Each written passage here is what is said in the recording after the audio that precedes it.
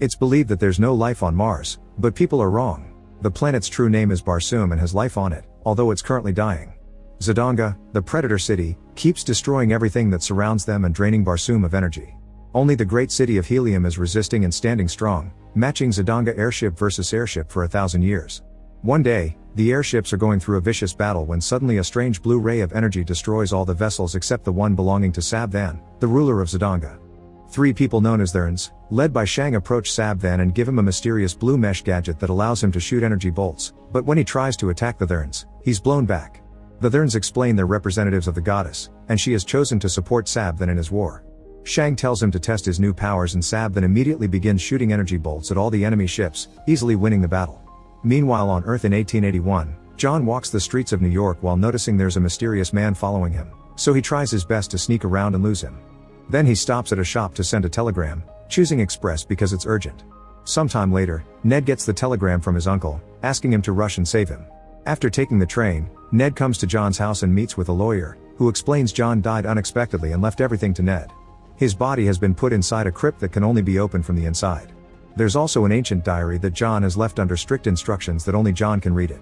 After the lawyer leaves, Ned begins reading the story that starts 13 years ago. After the Civil War in Arizona, John is a distinguished former Confederate Army captain searching for gold, although he hasn't found much yet. The local bartender has already cut him off for not paying his debt, and the tavern's patrons try to kick him out, but John immediately fights them and knocks them out before pointing his gun at the bartender. At that moment a bunch of soldiers come to arrest him, and John tries to resist, only to be knocked out and later woken up for an interrogation. After waking up in front of Colonel Powell, John keeps trying to start a fight, and he doesn't stop until he's thrown in a cell. Powell wants John to join them to battle the Apaches, but John has had enough and doesn't want to fight anymore. Powell answers by knocking him out again, and John spends a few hours dreaming of his dead family. When he wakes up, John pees in the cell to get the attention of the guard, knocking him out when he comes closer and stealing his keys. Then John escapes on Powell's horse. Soon the cavalry is going after him, only to find him speaking to a mounted Apache war band. Both parties are armed and suspicious, and a shootout in different languages ensues, triggering a fight. John uses the opportunity to flee, but Powell gets wounded and John decides to help him. The duo flees into the canyon and discovers a little cave, and the Apaches that were chasing them come to a stop when they see a symbol on a rock above said cave, then they run away. Curious, John comes to look at the symbol and discovers the spider emblem that he's been seeing during his search for gold. Leaving Powell behind, John ventures deeper to explore and discovers a room with weird symbols and gold-lined walls. Suddenly a Thern appears behind him and attacks him, but after exchanging a few hits, John shoots him and notices the man has a glowing pendant in his hand. The man dies whispering some words, and John repeats them as he grabs the pendant, causing him to suddenly teleport out of the cave. Now John finds himself in the middle of a strange desert. He tries to stand up but walking is extremely hard, and it takes him a few tries. It's shocking to see how his walking is almost floating, and after throwing the pendant away in frustration, John begins moving properly, discovering that his jumps now cover great distances. He doesn't know it but he's on Mars, and the lower gravity allows him to do these things.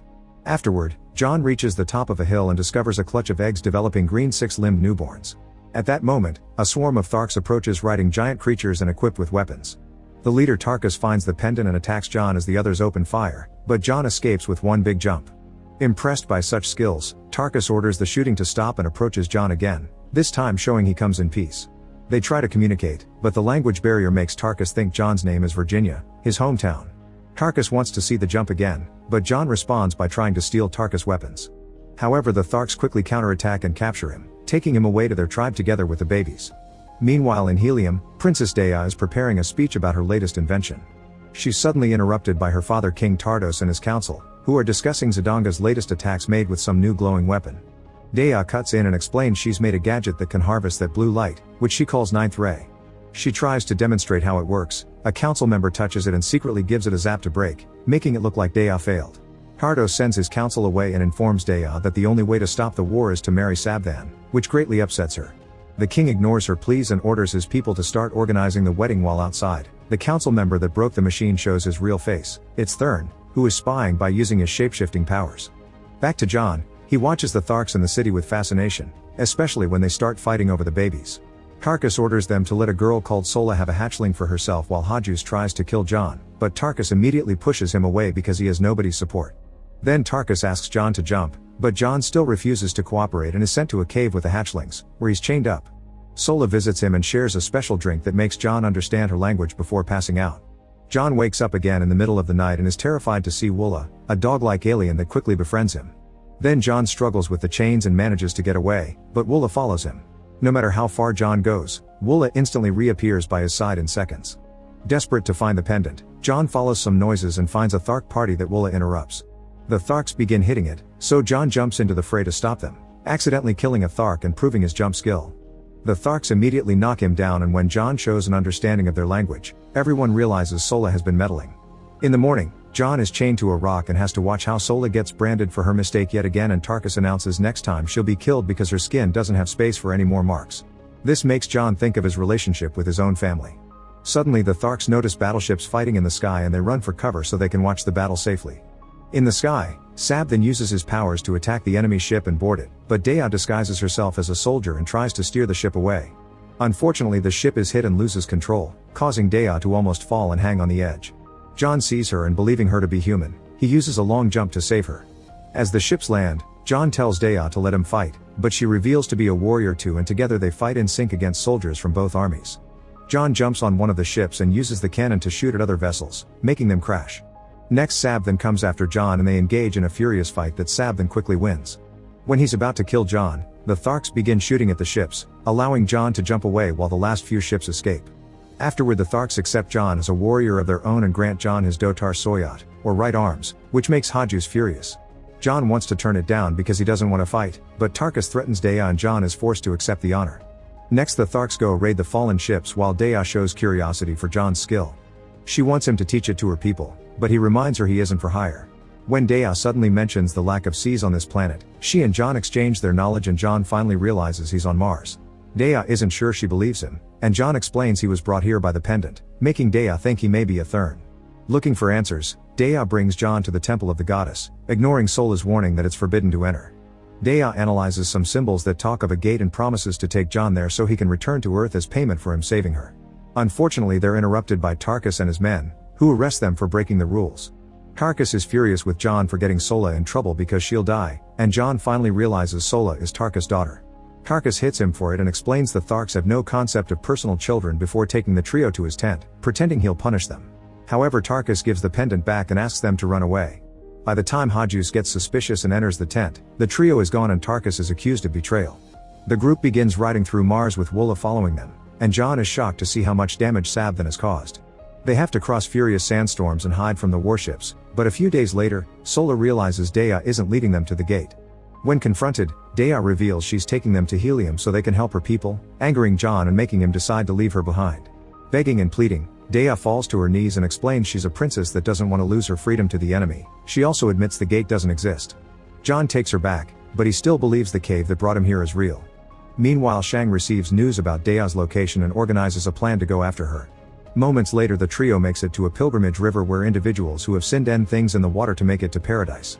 Sola wants to join them, but John immediately stops her, saying that to honor her father she must follow his duty and help him. The trio takes a boat down the river, leaving Woola behind, and eventually they discover a weird structure that Dea has never seen before. John takes her to the top of it with a jump and the pendant begins glowing, activating the whole structure and confirming these are machines. A hole opens and the duo makes it inside, where Dea uses the pendant to activate a diagram of the solar system. The blue light is the 9th ray she's been studying and is shaped that the spider John saw in the cave. It turns out John's presence here is the result of a replica of himself being transmitted from Earth to Mars. Dea realizes Sab then is getting help from the Therns and finally believes John's from Earth. To keep studying this, she has to take John back to Helium, and to convince him she kisses him, making John think of his dead wife. At that moment, an army of Tharks arrives with Shang pretending to be one of them. John immediately grabs Dea and they jump back on the boat in order to sail away and reunite with Woola. The Tharks immediately begin chasing them and John begins thinking about the time he returned home to find his house destroyed and his family dead. Not wanting to lose more people, John tells the girl to run away while he stays behind to fight with Woola's help. A furious battle ensues and fed by the tragedy of his family, John actually manages to take the upper hand, defeating warriors all over the place. However, at that moment a helium ship arrives and puts an end to the battle. Kardos reunites with his daughter and reveals he's with Sabthan, who is pretending to have come in peace and is only worried about the princess. To prove it, he gives his sword to Dea, who almost kills him but in the end accepts the marriage for the sake of her people. While the ship takes everyone away including John, it's revealed Woola and Sola had been hiding under dirt. Hours later, John wakes up inside a fancy room full of Zidongan guards. He's suddenly visited by one of Dea's soldiers, who asks him to pretend to take him hostage. John plays along, and after beating up a few guards, they make it outside, where the guard tells him to jump into a specific tower. They make it to Dea's room, and once the couple is left alone, Dea asks John to fight for her people. John says no, so Dea gives him back the pendant and teaches him the words to use it. John begins repeating the words, but suddenly, the guards enter the room. When Dea turns around, John's gone, so she leaves assuming he went home. However, John is hiding in the ceiling, and when he takes a corridor to escape, he's stopped by Shang in disguise.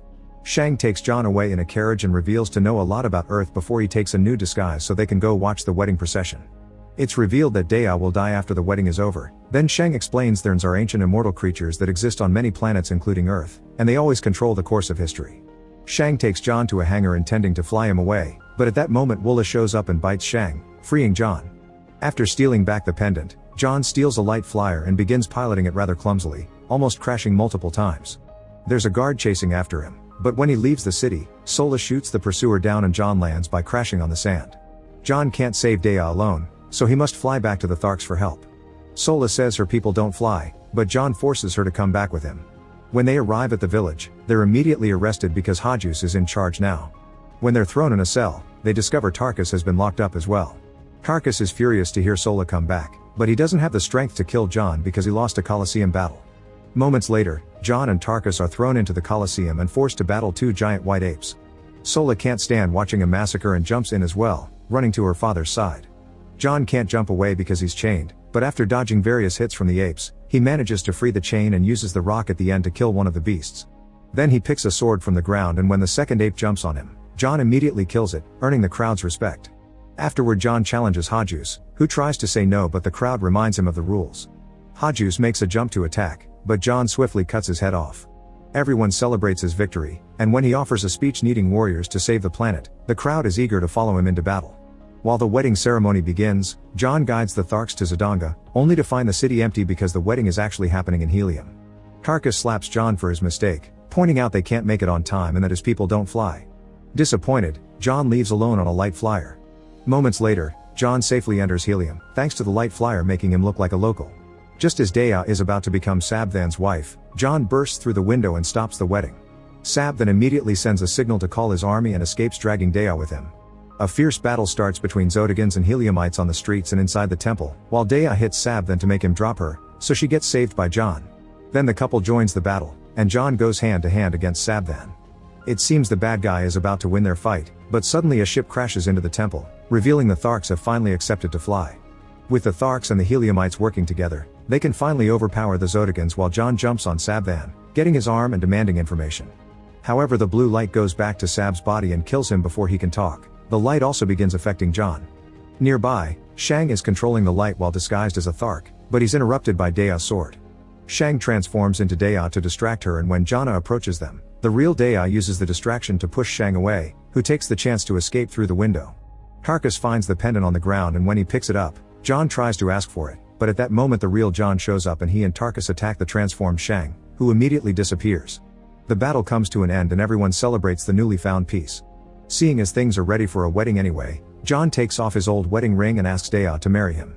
Dea accepts and the crowd celebrates with a party. After the wedding night, John goes to the balcony to have some fresh air and throws the pendant away, accepting he's John from Mars now. He suddenly comes across a guard that turns out to be Shang, who immediately touches John and sends him back to Earth. John wakes up in the cave and many years have passed. Powell is already dead. He tries using the words on the spider on the rock, but they don't work. Back in the present, Ned finishes reading the story. For years John had been looking for a new pendant that could take him back to Mars, and after lots of work, he found something in Orkneys, but he knew the Therns were still following him in disguise. That's when he decides to make a plan. He pretended to be sick and using a special poison, he made his body look like it was dead so it would be taken to the crypt, leaving special instructions for only Ned to know the truth. Shocked and worried, Ned rushes to the crypt and uses the keywords on the telegram to open it again, only to find it empty. At that moment a Thern appears behind him, but before he can attack, he's killed with a shot.